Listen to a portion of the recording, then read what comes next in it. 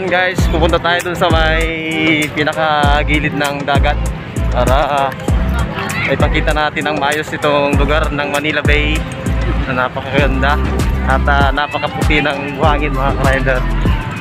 So tara.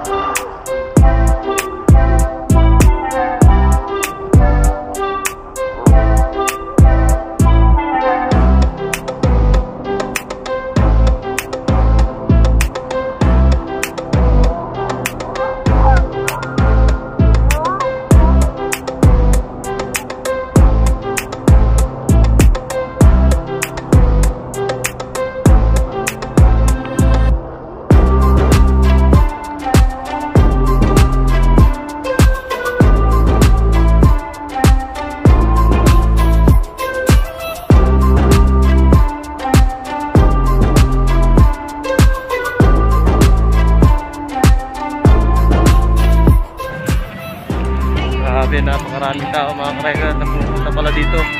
So first time ko rin mga ka-rider. Ano all?